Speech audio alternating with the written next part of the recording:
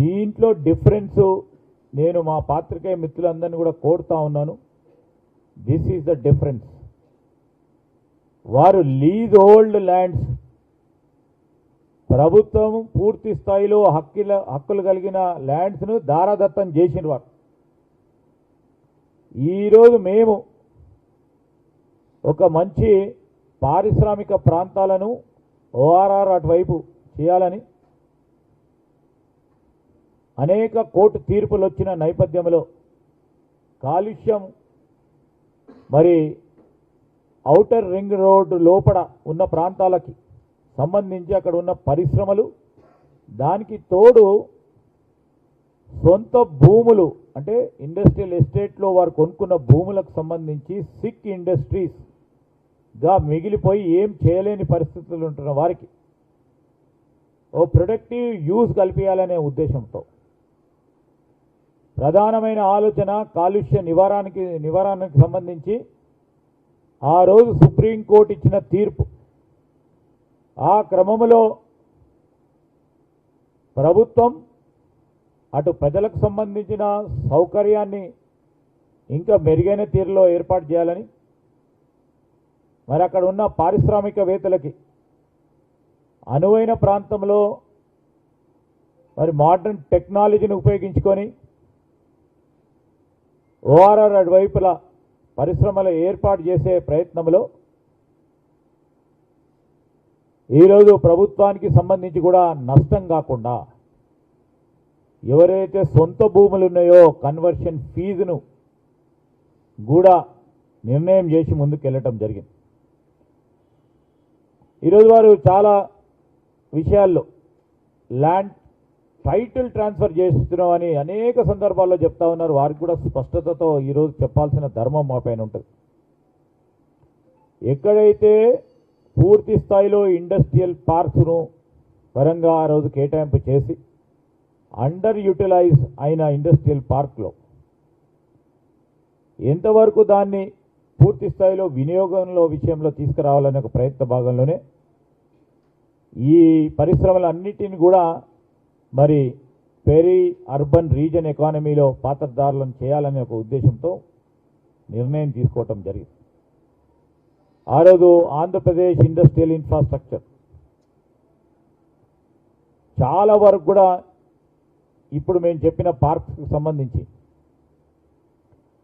AP industrial ఇన్ఫ్రాస్ట్రక్చర్కు సంబంధించి కేటాయింపు చేసిన ల్యాండ్స్ టీఎస్ఐఐసి మన రాష్ట్రం ఏర్పడ్డ తర్వాత తెలంగాణ టీజీఐఐసి ద్వారా కొన్ని పార్కులు ఏర్పాటు చేస్తే దాంట్లో విధానం ఏముంటుందంటే ల్యాండ్ అక్విజిషన్ చేసినాక భూసేకరణ చేసిన తర్వాత దానికి డెవలప్మెంట్ కాస్ట్ కలుపుతాం. ఇండస్ట్రియల్ ఇన్ఫ్రాస్ట్రక్చర్ కార్పొరేషన్ తర్వాత డెవలప్మెంట్ కాస్ట్ కలిపి దానికితో పాటు అడ్మినిస్ట్రేటివ్ కాస్ట్ను కలిపి పరిశ్రమల ఏర్పాటు చేసుకుంటామని ముందుకు వస్తున్న వారికి భూమి కేటాయింపు జరుగుతుంది. ఆ కేటాయింపు చేస్తూ ఉన్న సందర్భంలో ఎస్ఆర్ఓ రేట్ కంటే ఎక్కువ ఉంటుంది. ఎందుకంటే land cost plus administrative cost plus development cost తో ఈరోజు ఎవరికైతే భూములు పారిశ్రామిక పార్కులో వారికి పూర్తి స్థాయిలో కొంటా ఉన్నారో ఎస్ఆర్ఓ రేట్ కంటే ఎక్కువగా ఉంటుంది. ఈరోజు ఎస్ఆర్ఓ రేట్ కంటే తక్కువ భూముల పరంగా తీసుకెళ్తా ఉన్న వారికి ఇండస్ట్రీస్ పరంగా కన్సెషనల్ రేట్స్తోని ఐఐసి వారు ఇచ్చినది అంటా ఉన్నారే, అది సత్యదూరమైనది కాదు, బేస్లెస్ అని చెప్తా ఉన్నాను. దానికి సంబంధించి ఏదైతే పరిశ్రమలకు సంబంధించి ఇన్సెంటివ్స్ ఇస్తామో కరెంటు విషయంలో, ఎస్జిఎస్టీ విషయంలో, పాలసీ ఇండస్ట్రియల్ పాలసీ మేరకు ఇవన్నీ ఇన్సెంటివ్స్ ప్రతి సందర్భాన్ని పెట్టుకొని కొన్ని పెద్ద పారిశ్రామిక పార్క్స్ వచ్చినప్పుడు కస్టమైజ్ చేసి, ఎందుకంటే ఈ పోటీ ప్రపంచంలో మన ప్రాంతానికి సంబంధించిన మరి పెద్దవారు రావాలని, పెట్టుబడులు రావాలని, దానికి సంబంధించిన ఉపాధి కల్పించాలనే ఉద్దేశంతోనే కస్టమైజ్డ్ ఇన్సెంటివ్స్ కూడా ఇవ్వటం జరుగుతుంది. ఇది అనేక సందర్భాల్లో ఏ ప్రభుత్వాలు వచ్చినా తీసుకున్న నిర్ణయం.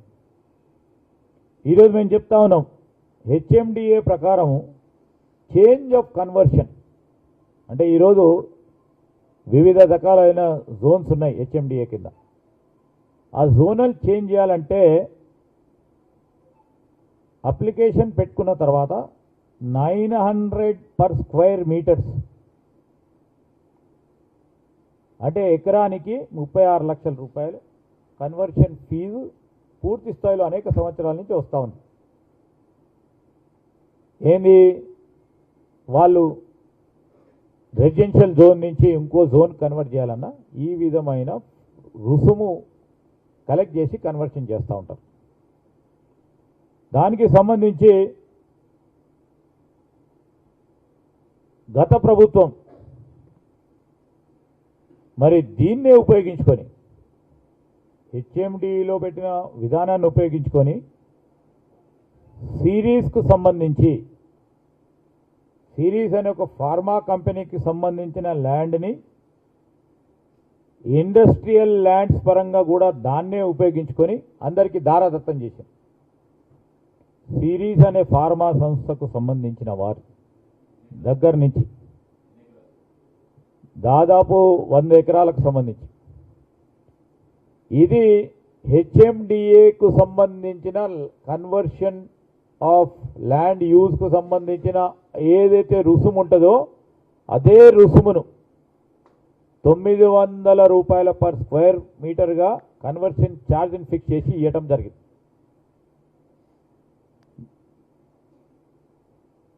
ఈరోజు టీఆర్ఎస్ పార్టీ ప్రభుత్వంలో గ్రిడ్ పాలసీ తీసుకొచ్చిండ్రు.